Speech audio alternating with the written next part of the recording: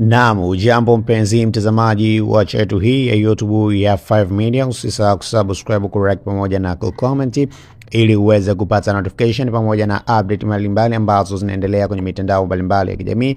Na taarifa kubwa zaidi ni kuhusiana na kufungiwa kwa kanisa la Ufufuo na Uzima la Gwajima. Sasa kumebuka sitofahamu kwa siku za hivi karibuni, majibizano makali kati ya Gwajima na watu mbalimbali wa kisiasa, mpaka kufikia hatua baadhi ya viongozi mbalimbali wa kisiasa kupitia chama cha CCM kuendelea kumuona Gwajima kwamba hafai, na baadhi ya viongozi kupitia kambi za upinzani, Chadema na vyama vingine wameendelea kumsupport Gwajima, na huko kiwa kuna mpasuko mkubwa baina ya viongozi wa dini na viongozi wengine wa kiserikali, na viongozi wa dini hao wengi wakigawanyika kuona kwa namna gani wanamsupport Gwajima, na wengine wakiona kwamba Gwajima amefanya mambo ya ovyo sana. Sasa hapa tuna taarifa kwamba kanisa la Askofu Gwajima rafungiwa.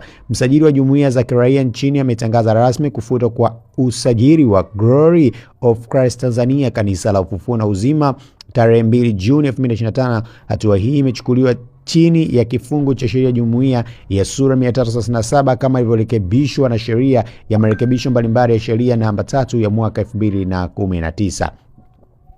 Katika barua hiyo ambayo imeandika Jamhuri ya Muungano wa Tanzania, Wizara ya Mambo ya Ndani ya Nchi, ambayo imeweka barua pepe kutoka Moa.go.tz pamoja na masuala mengine, imeonyesha anwani ya mpokeaji ambaye anaitwa Gwajima, askofu wa kanisa la Glory of Christ Tanzania Church jijini Dar es Salaam.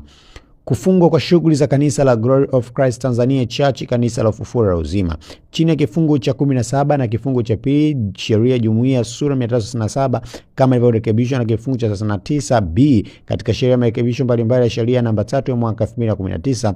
Tafadhali rejea somo tajwa hapo juu. Katika siku za hivi karibuni, kupitia vyombo vya habari na mitandao ya kijamii, umeonekana ukiwa mimbarini ya kanisa la Glory of Christ Tanzania, kanisa la Ufufuo na Uzima, ukitoa mahubiri yenye mwelekeo wa kisiasa na nia chonganisha serikali na wananchi. Vitendo hivi ni kinyume cha sheria jumuiya ya sura 367 chini ya kifungu cha 17 ikisoma pamoja na kifungu cha 39 cha sheria namba 3 ya mwaka 2019 kwa kuwa vinaathiri na kuhatarisha amani utulivu nchini. Hata hivyo, mamlaka aliyopewa chini ya kifungu cha 17B sheria jumuiya sura namba 37 ikisoma pamoja na kifungu cha 69 cha sheria namba 3 ya mwaka 2019 kilichofanywa marekebisho kifungu cha pili sheria jumuiya kujulisha kuwa nimefuta usajili wa Glory of Christ Tanzania Church, kanisa la Ufufuo na Uzima kuanzia leo Juni 2.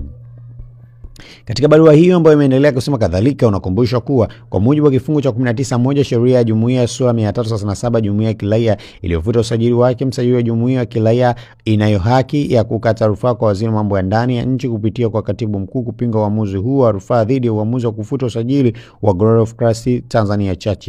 Kanisa la Ufufuo na Uzima linapaswa kuwasilisha kwa katibu mkuu Wizara ya Mambo ya Ndani ya nchi siku 21 kuanzia tarehe ya barua hii kwa amri ya msajili wa jumuiya za kiraia Emmanuel R.M. Kihampa, msajili wa jumuiya za uraia, na kara hiyo ambayo ameweza kuiandika iweze kumfikia Gwajima.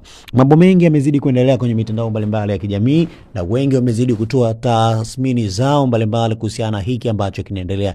Nawe unalipi la kusema? Nenda hapo alipoandika subscribe, kisha bonyeza hiyo alama ya kengele ili uweze kupata notification pamoja na update mbalimbali kupitia YouTube channel yetu hii ya 5 Media. Huku joto zaidi likizidi kupanda kwa baadhi ya wanasiasa, kila mtu akizungumza na lake, nawe una wakati wa kuweza kuzungumzia haya ambayo yanazidi kuendelea kwenye mitandao mbalimbali ya kijamii. Mimi sina la ziada mpaka wakati mwingine. Bye.